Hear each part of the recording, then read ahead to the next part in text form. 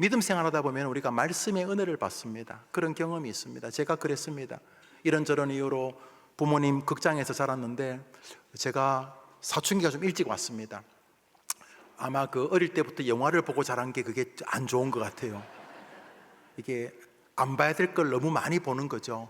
또 시골에는 한 영화를 10번 뭐 보름씩 뭐 석 주씩 그렇게 상영하니까 하루에 2번씩 보면 거의 뭐 30번 40번씩 보니까 숙제를 극장에서 영화 끝나고 한 10분 이렇게 불 켜주면 밑에서 글 듣다가 영화. 그래서 어릴 때 영화를 이렇게 참 좋아. 지금도 영화를 뭐 시간이 없어 못 볼 뿐이지 영화를 참 좋아합니다. 그래서 은퇴하면 영화를 한 편 찍어야지 그런 생각도 하고 있는데, 그런데 이제 아버님이 친구들 좋아하시고 술 좋아하시다가 보증을 잘못 써서 연대 보증이라, 그래서 극장, 과수원, 집, 차압이 붙고 뭐 이래 어려워졌습니다.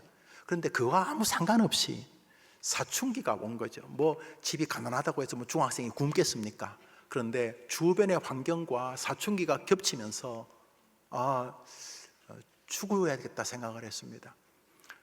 추구했다고 생각한 것이 다른 이유가 아니라 왜 사는지를 잘 몰랐어였습니다. 내일 해가 뜰 텐데 내일은 내가 왜 이 땅에 존재해야 돼? 중학교 때 제가 2학년 때 1학년 때 그 무슨 철학자라고. 그런데 그때 제 마음에 그런 게 밀려왔어요. 그래서 부모님은 모르시고 돌아가셨는데 어느 날 그렇게 고민하고 있는데 제가 어릴 때 1970년도에는 웬 쥐가 그렇게 많은지 전국 쥐잡기 날 이런 게 있었어요. 그래서 그날 저희 동네, 시골 동네도 어렵습니다. 경북 의성군 후죽리 509의 11번지 후죽 동네도 후죽스러운데, 후죽이 뭐냐면 대나무 뒷동네란 뜻입니다. 아마 대나무밭 있었나 봅니다. 후죽리. 그 반장님인지 동장님이 마이크 찢어지는 스피커 소리로 동민 여러분, 주민 여러분, 오늘은 쥐잡기의 날입니다. 그래서 좁쌀 들고 우리 집으로 오시면 쥐약을 드리겠습니다. 그래서 이제 제가 부모님 신부름에 신문지에 좁쌀 좀 가지고 이렇게 가면은 그 반장님이 이렇게 쥐약 버런 걸 버가지로 쭉 뿌려줬어요. 그럼 쥐약을 가져와서 이렇게 놓으면 동네 쥐도 죽고 집에 닭도 죽고 막 다 이제 죽는 거예요. 그런데 그날이었으면 제가 그날이 다 기억납니다. 대도리에 쥐약을 넣고 있는, 그렇게 눈물이 나는 거예요. 제가 말했잖아요. 그때 진짜 누가 나보고 이렇게 살면 길이 있다, 누가 그렇게 말해주면 내가 그 엿장수 아저씨 쫓아갔을 거예요. 하여튼 뭐 무당이든 뭐 스님이든 뭐 2단이든 3단이든 나보고 이러면 길이 있다 그랬으면 난 그 사람 쫓아갔을 거예요. 근데 문제는 내일 내가 이 땅에 왜 존재해야 되는지를 몰라가지고, 그래서 결론이 이제 죽자. 그래서 제가 쥐약을 입에 많이 안 넣고 입에 좀 넣었습니다. 쥐약을. 뭘 먹는 이야기만 하면 좋아해요. 근데 쥐약을 입에 딱 넣는데 그날 제가 들었습니다. 이 지금 제가 해보는 소리 아니겠죠? 강단에서, 이 신령한 강단에서 무슨 소리냐면 그때 고향교회 할아버지 목사님의 설교, 자살하면 지옥 간다는 설교였습니다. 그날 입에 딱 넣는데 그게 펑 들렸습니다. 근데 혹시 천국과 지옥이 있는지 없는지 아직도 믿음도 없었지만은 이거 지옥은 아니잖아요. 그게 윙 그랬어요. 그래서 탁 뱉었어요. 탁 뱉었는데 3일 동안 제가 토했습니다.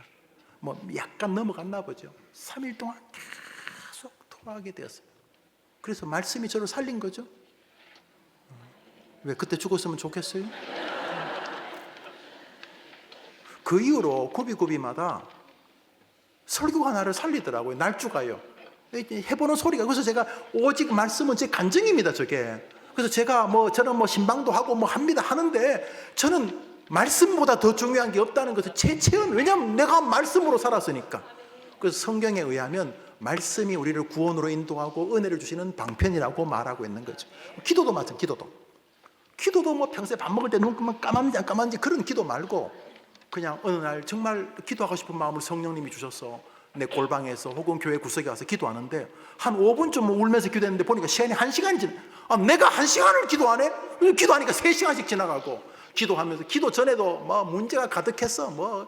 애가 문제 생기고 남편도 문제 생기고 시댁도 문제 생기고 병도 있고 기도 전에 문제가 기도한다고 달라진 게 하나도 없어. 상황은 그대로야. 그런데 기도를 하고 일어나는 동안 마음에 평강이 막 몰려오는 거예요. 한번 해보자. 까짓거면 한번 해보지 주님 계신데 이러면서 기도 속에서 구원의 빛이 비추어집니다. 경험해 보셨을 거예요. 그러니까 기도 좋아하지. 말씀과 기도가 구원과 은혜를 임하는 하나님의 방편인 줄 믿습니다. 그런데 성경과 신조는 또 하나 은혜가 임하는 방편이 있다는 것입니다. 물론 설교도 제대로 안 들으면 은혜가 아니에요. 뭐 이 사람은 좋을 때 나는 은혜 받고, 나는 은혜 안 되는데 이 사람은 은혜 받고. 그렇지만 마음을 다하면 말씀을 통해 은혜를 주시고, 기도를 다하면 은혜를 주시오. 물론 뭐 기도 시원찮게 하는 사람은 기도 백날 해봐야 뭐 안 되지만, 제대로 기도하는 사람은 기도를 통해 은혜를 주시는 것처럼 제대로 무언가를 하나 하면 그 방식을 통해 하나님이 은혜를 주신다는 것입니다. 웨스트민스터 신조를 읽습니다. 소요리문답 88번 제가 읽을 테니 답해 보십시오. 그리스도께서 구속의 은혜를 전달하는 데 사용하시는 외적 방도는 무엇입니까?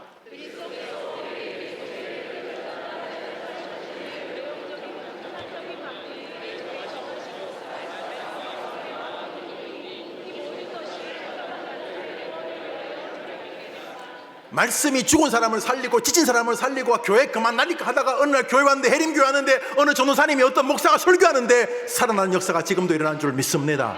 있어요. 우리 교회도 있어요. 설교 듣다 뭐 내가 한 거 아니지, 나는 그냥 뭐 말만 하는 거지. 제가 말이죠, 나도 설교 들어요. 나도 듣고 여러분 듣고. 저는 조금 더 많이 듣죠. 왜냐하면 제가 설교 준비해서 많이 들으니까. 그렇지만 여러분과 저하고 컨디션이 똑같아요. 저는 서서 설교 듣는 사람, 여러분은 앉아서 설교 듣는 사람, 그것만 차이가 있지. 어차피 설교는 이 시간 하나님이 하시는 것이니까요. 김 목사라고 하니 찌그러진 그릇을 통해서 하는 소리긴 하지만은 그건 하나님의 소리이기 때문에 여러분도 저도 듣고, 그래서 말씀의 은혜 받고 인정해요. 기도를 제대로 해본 사람은 기도가 은혜 된다는 거 경험해요. 그런 것처럼 신조는 뭐예요? 노란 글씨만. 시작. 하나님이 인간에게 구원의 은혜와 은총을 베푸시는 방편 중에 하나가 뭐라고요? 말씀과 기도와 성례. 성례 제대로 하면 하나님이 죽은 자를 살리는 은혜가 임하는 줄 믿으시기 바랍니다. 그러면 성례가 뭡니까? 신조로 읽습니다. 웨스트민스터 소요리문답 93번. 성경의 성례는 무엇입니까? 우리 개혁교회가 지키고 대한민국 장로회, 해림교회, 여러분은 김용우 담임 목사가 지키는, 우리 교단이 지키는 성례는 딱 두 가지입니다. 뭐죠? 그래서 가톨릭이 말하고 있는 세례, 견진, 성체, 고해, 성사, 혼인, 병사, 성품, 성사, 이런 것을 우리는 받아들이지 않습니다. 우리는 세례와 성찬만이 주님이 우리에게 지킨 거룩한 성례인 줄 믿습니다. 그래서 우리 개혁교회는 사순절, 대강절 이런 말 안 씁니다. 그런 말을 쓰는 분들을 폄하할 필요 없어요. 그렇게 쓰는 교단들이 있으면. 그러나 우리 대한예수교 장로회는 그렇게 쓰지 않습니다. 그래서 다른 교단에서 오신 분들은 사순절, 대강절 이런 것을 이야기하면 그게 나쁘지는 않습니다. 그러나 우리는 그런 시간들의 의미를 과도하게 부여하지 않습니다. 우리가 지키는 것은 성례는 세례와 성찬뿐입니다. 우리는 기념일을 기억합니다. 평소에도 효도하지만은 아버님이 뭐 회갑이다, 뭐 칠순이다, 팔순이다 그러면 생신을 맞아서 가족들이 모여서 그 아버님, 어머님을 기억하면서 감사를 전하는 기념일을 지킵니다. 첫 번째 기념일은 송구영신 예배입니다. 우리 개혁교회 출발인 스코틀랜드 존 낙스의 스코틀랜드 장로교도 이 신년 예배를 드립니다. 왜? 시간의 주인이 하나님이심을 믿습니다 라는 고백입니다. 또 하나가 부활절입니다. 주님께서 이 땅에 오셔서 우리를 구원하고 십자가에 죽으시고 죽은 지 3일 만에 살아나셔서 모든 죽음을 이기신 구세주라는 사실을 믿습니다. 그래서 우리 부활절을 지킵니다. 우리는 성탄절을 지킵니다. 예수 그리스도가 우리를 위해 이 땅에 오셨다는 사실을 기억합니다. 그 날짜에 오셨다는 게 아니라 그 날의 의미를 기억하여 지키는 것입니다. 그 기임은 다 감사와 상관이 있습니다. 우리를 사랑하여 오신 예수님, 신년을 주시는 하나님, 그 감사합니다. 또 하나가 한 해 중턱을 6개월쯤 살다 보면 지난 한 해 동안 돌아봅니다. 공교롭게도 한 해 절반쯤 되면 보리와 밀이 익었습니다. 그래서 제물을 가지고 제사를 드릴 때 그 제물이 보리와 밀이기 때문에 맥추 감사주의라고 하는데, 그것도 시간에 지난 6개월에 대한 감사입니다. 추수감사절을 지킵니다. 한 해를 점검하면서 모든 것이 하나님의 은혜였다는 것을 기억합니다. 그러나 그것들이 성례는 아닙니다. 기념하는 절기인 것입니다. 할렐루야. 우리는 그래서 기념일을 기뻐하며 그 중에서 가장 중요한 기념일이 부활절입니다. 한번 더 합시다. 부활이 없으면 우리의 믿음은 헛것이요. 그래서 기독교는 부활 종교입니다. 구약, 신약 모든 성도들의 신앙은 부활에 맞춰졌고, 초대교회 설교의 핵심은 부활입니다. 모든 설교의 끝은 부활입니다. 초대교회 설교 보십시오. 결론은 부활입니다. 예수 부활, 나의 부활. 이 주일이 뭡니까? 부활절 기념일입니다. 부활절 기념일. 원래 안식일은 토요일입니다. 주님께서 모든 것을 창조하시고 그 창조를 기억하신 것이 토요일 안식일이었습니다. 그러나 인간이 죄를 지음으로 세상은 다시 더러워졌습니다. 예수 그리스도 마지막 아담이 오셔서 이 땅에서 자신을 죽이시고 예수의 피를 믿는 자를 구원하시는 새로운 구원의 세상을 창조하셨습니다. 할렐루야. 예수님이 죽은 지 사흘 만에, 다시 말해 안식구 첫날, 안식일 다음날, 토요일 다음날이 어느 날입니까? 주일날 부활하셨습니다. 주님이 부활하심으로 주님이 평소 하셨던 말씀이 진실한 사실을 고백하는 것입니다. 주님이 부활하심으로 주님이 평소 말씀하신 것이 다 진리구나, 그분이 죽음을 이기는 메시아구나, 그래 주님의 부활로 이 땅에서 예수 안에서 새로운 세계가 창조되었음을 믿습니다. 그래서 우리는 이 주님의 새로운 창조를 기억합니다. 그것이 주일입니다. 그러니까 주일 자체가 매주 부활을 고백하는 것입니다.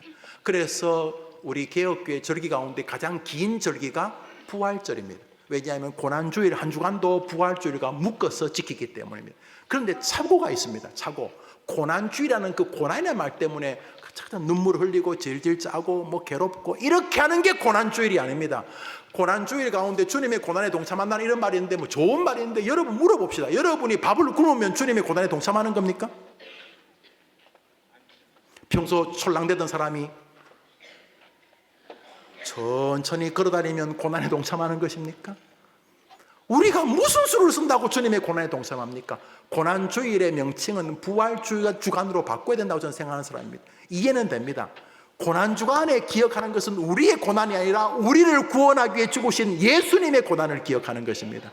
그 고난이 목적이 아닙니다. 고난의 결론은 우리를 구원하기 위하여 부활하신 것입니다. 고난주간은 부활주일을 날마다 기억하는 것입니다. 고난주간에 특별히 조심하는 건 나쁜 건 아니에요. 그렇지만 고난주간만 조심해야 돼요? 평소에는 조심 안 해도 돼요? 고난주간의 핵심은 부활에 있습니다. 부활의 그 영광스러움을 하루 이틀 사흘 계속 기억하는 한 주간을 지날 때 우리가 그 이름을 그 시간에 부활하시기 전에 고난당하셨다고 해서 고난주간으로 지키지만, 고난주간에 과도하게 금욕적이거나 자해적 신앙은 죄송하지만 중세신앙입니다. 개혁교회는 그렇지 않습니다. 개혁교회는 모든 것이 감사의 절기이기 때문인 것입니다. 신년도 감사고, 맥주절도 감사고, 추수감사도 감사고, 송구영신에도 감사고, 크리스마스도 감사인 것처럼 고난 한 주간은 부활절이 너무 기뻐서 말 그대로 한 주간 내내 부활의 주님을 고백하는 것입니다. 이것이 우리의 신앙이죠. 그러나 그 기념일이 성례는 아닙니다. 오직 성례는 가톨릭의 7 성례가 아니라 세례와 성찬만이 하나님 아들 그리스도가 우리에게 명하신 진리인 것입니다. 무엇보다 성찬을 통해 하나님이 은혜를 주신다는 것을 기억하시고, 날마다 성찬이 뭡니까? 예수님이 나와 함께 하십니다. 그분이 찢기시고 피 흘리신 것은 나를 구원하기 위함이다. 이렇게 고백하는 여러분의 믿음의 여정이 되기를 바랍니다. 성찬의 참여함으로 여러분은 말씀을 순종하셨습니다. 그렇죠? 여러분의 생애 가장 완벽한 형태로 순종하신 말씀의 순종의 장이 오늘입니다. 그 성찬식은 그런 면에서 의미가 큽니다. 성찬식을 조금만 마음을 기울이면 여러분은 참 자랑스럽고 자긍심을 가져도 좋은 하루입니다. 우리는 말씀에 온전히 순종하려고 했기 때문인 것입니다. 성찬을 통해서 하나님께서 은혜 받는 성도들이 많은 아침이 되게 해주시기를 주님의 이름으로 축복합니다. 오늘 이후의 설교는 일부 예배 설교로 대신하려 합니다. 여러분들에게 일부 예배 설교 영상 올리면 그것으로 또 한 주간을 승리하시게 되기를 바랍니다. 한번 더 합시다. 하나님은 말씀과 기도와 성례를 통해서 나에게 은혜를 주신다.